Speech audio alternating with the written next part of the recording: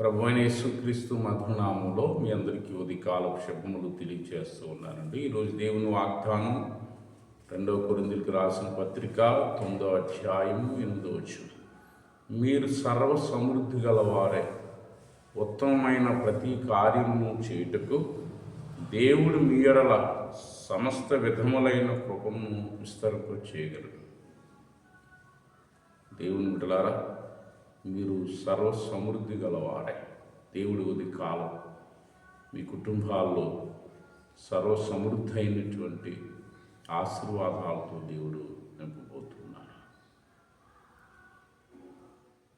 అంతేకాదు, దేవుని పనిని విస్తరించడానికి దేవుని బిడ్డలుగా, సేవకులుగా, ప్రభుని ప్రేమించేవారుగా దేవుని పనిని విస్తరించడానికి దేవుడు మనకిచ్చిన ఆ సమృద్ధిని, ఆ ఆశీర్వాదాన్ని ఇంకా అనేక మందికి ఆశీర్వాదకర బాటలు నడిపించేటట్లుగా మన వంతు కూడా మనం సహకరించాలని దేవుని వాక్యం సెలవిస్తుంది.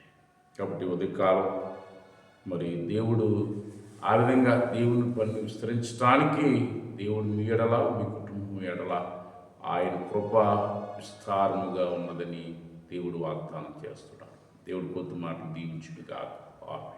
పరిశుద్ధుడైన తండ్రి, ఉదయకాలం నాయన దేవా, మీరు సామర్థ్యం గలవారైనా నాయన దేవా, నీ పనిని విస్తరించడానికి దేవా, నీ పనిని ఇంకా బహుబలంగా అనేక మంది నాయన కుటుంబాలు ప్రభువా నేను తెలుసుకునేటట్లుగా మా వంతు నాయన దేవుని పనిని విస్తరణలో నాయన ప్రార్థన ఏర్పిస్తున్న ప్రతి కుటుంబాలు ఏకీవించి సహకారులు ఉండడానికి సహాయం చేయండి.